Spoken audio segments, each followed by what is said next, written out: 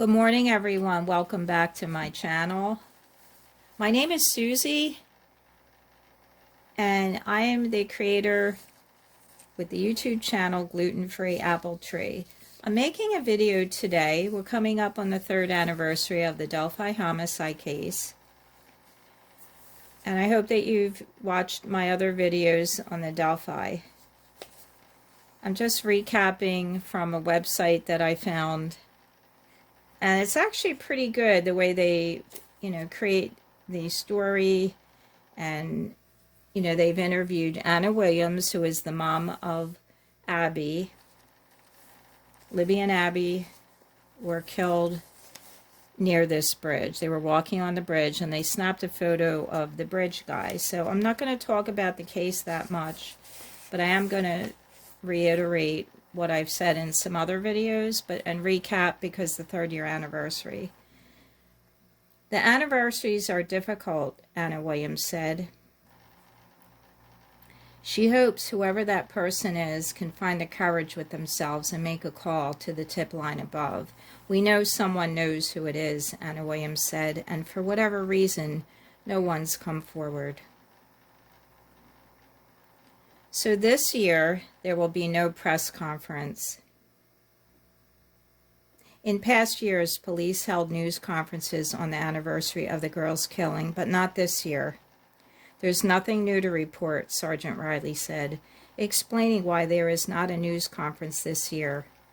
Every year we've had something to report. So Sergeant Riley is a sergeant in the Indiana State Police. The Delphi case is not a cold case. A true cold case is when the well has went completely dry. That isn't the case here, Sheriff Leazenby said. We're still getting information. It's just not the right information. So Sheriff Leazenby is a sheriff with the Carroll County Sheriff's Office. There's at least 4 or 5 tips a day. Asked what it will take to solve the case, Riley said, they figure it's the right tip to lead us to the suspect.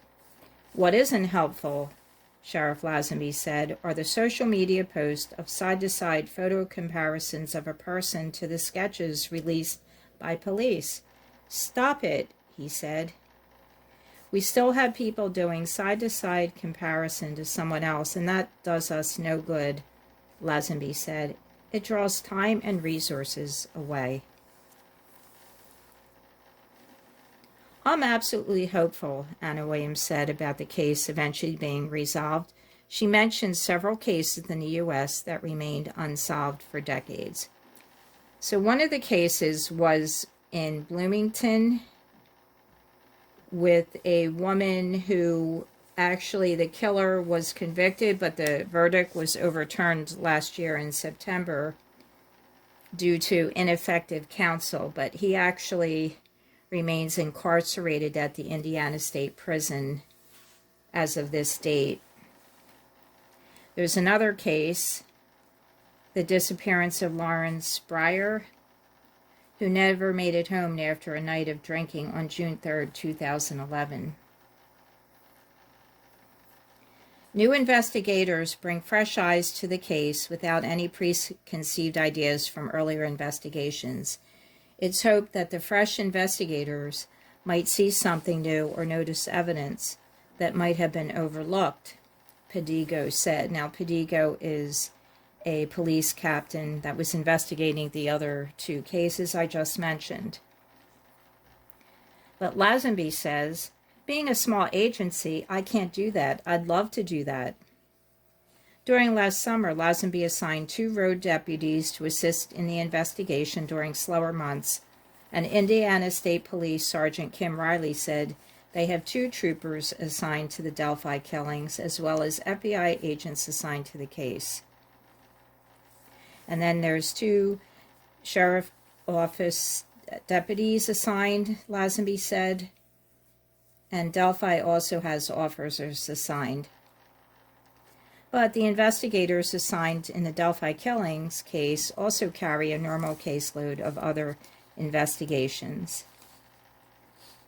So the Delphi case is not a cold case. A true cold case is when the well has went completely dry. That isn't the case here, Leazenby said. We're still getting information, it's just not the right information. There's at least 4 or 5 tips within a day. Asked what it will take to solve the case, Sergeant Riley said they figure it's the right tip to lead us to the suspect. And then I mentioned about them saying their side-to-side comparison. So let me bring you to another picture. Here's the Leazenby and 2 other detectives. And he's a sheriff, so he's in his uniform. There he is. You're probably well aware of him. And here's, I'm not going to show the video of the bridge guy. We know about the case. So, you know, I just wanted to mention a few things. In April of 2019, police also released a brief video of bridge guy that shows his gait in hopes it might spark tips from someone who knows him. So, in April, 2 years after the killings, they released a brief video of the bridge guy walking on the bridge. Now, they do have more video, but that's what they released to the public. And again, I'm saying they released the video. I did call the FBI tip line, not with a tip, but with my observation that because of the photo, I felt that he might have something wrong. Now that was, I noticed that before they released the video. So what I'm saying again, and I will reiterate one time that, and I will never change my mind on this, there's something wrong with the way he walks, whether it's a hip, leg, knee, foot, toe problem, I don't know. What I'm saying is they released the video of his gait in hopes it might spark tips from someone who knows him, because that's the way he walks. Not all of the bridge was dilapidated. There were some areas that were missing. You know, some of the slats were gone. He would have stepped forward over them, not to the side as he does. And most of us only know people as they walk in normal life, like they're walking out to their car. You know, we see our neighbors walking down the street. I live in a city, so it's a little different and out in a rural area. But when we see our neighbor, we know how they walk, but we don't know how they walk on a bridge. So the reason why, you know, go back, it's sort of a backwards now to say they're showing the way he walks because that's how he really walks. And they're hoping that someone recognizes that. Now, here's the next point that Leazenby says that I made in my second video. Well, actually, my first video, 2 people involved. We're not sure about that, Leazenby said Thursday when asked whether 2 people were involved in the case. So he's saying we're not really sure. We're not saying there are 2 people, and we're not denying it. We just don't know. Excuse me. So they obviously are entertaining the fact that there are 2 people. 3 years and no arrest, but William's mother remains hopeful.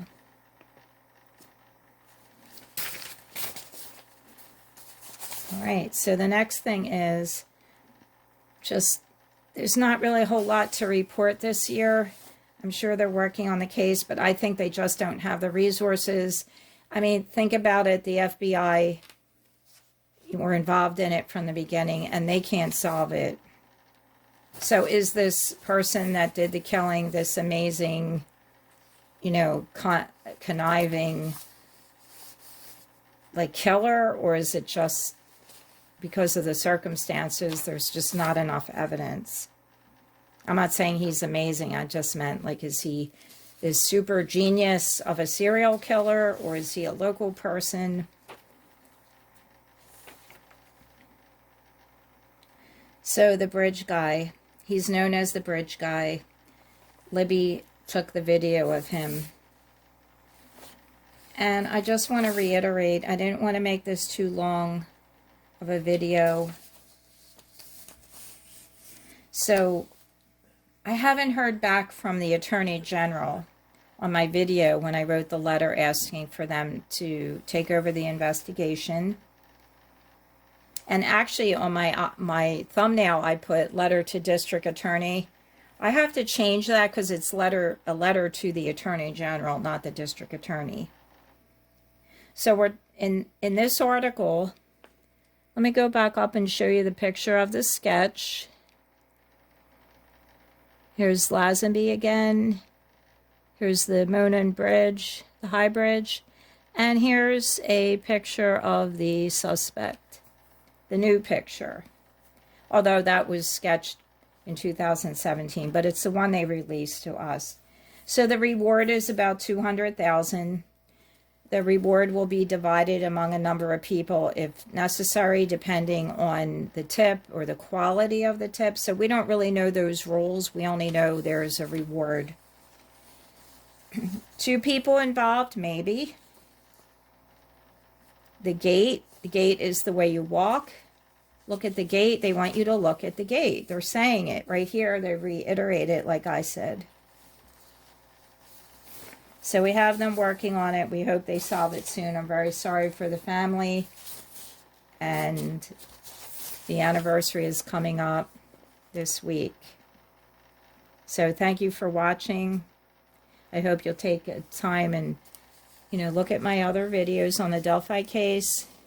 And I'm making some videos about the Gannon stock case also. And again, they don't want us talking about it. I understand you don't want a comparison of side by side. I totally get that. You don't want to accuse people. We don't know if they're guilty just because someone looks like the bridge guy or looks like him. I did call in someone that I really felt really strongly resembled. And you can look at that in my other video. But, we're not going to stop talking about it. I really think that the social media does not hinder their investigation because they have they have tips, but no one's just going to call in tip. That takes bravery. You need to have a lot of courage to call in a tip, especially if you're not really sure. So the people on social media are just discussing it. And, how rumors fly, that's actually good in a way because you hear things and some of that is true. Like the investigators in the Gannon stock case are saying we're recanvassing the neighborhood, we're talking to neighbors. But the neighbor might say, yeah, I heard this or that about them. And some of that probably is true. So they listen to everything that people say. And I'm sure the police, even in the Delphi case, look at the videos on YouTube. They read social media, and that's actually a good thing. So it's our freedom of speech. We don't want to have our rights taken away. It's still America. We can't have someone saying, stop it, or don't talk about it, because I think it's a good thing. But I thank you for watching. I hope you have a wonderful day. I love you all. I hope you'll take a minute. Please subscribe, hit the like button, and I'll see you on the next one.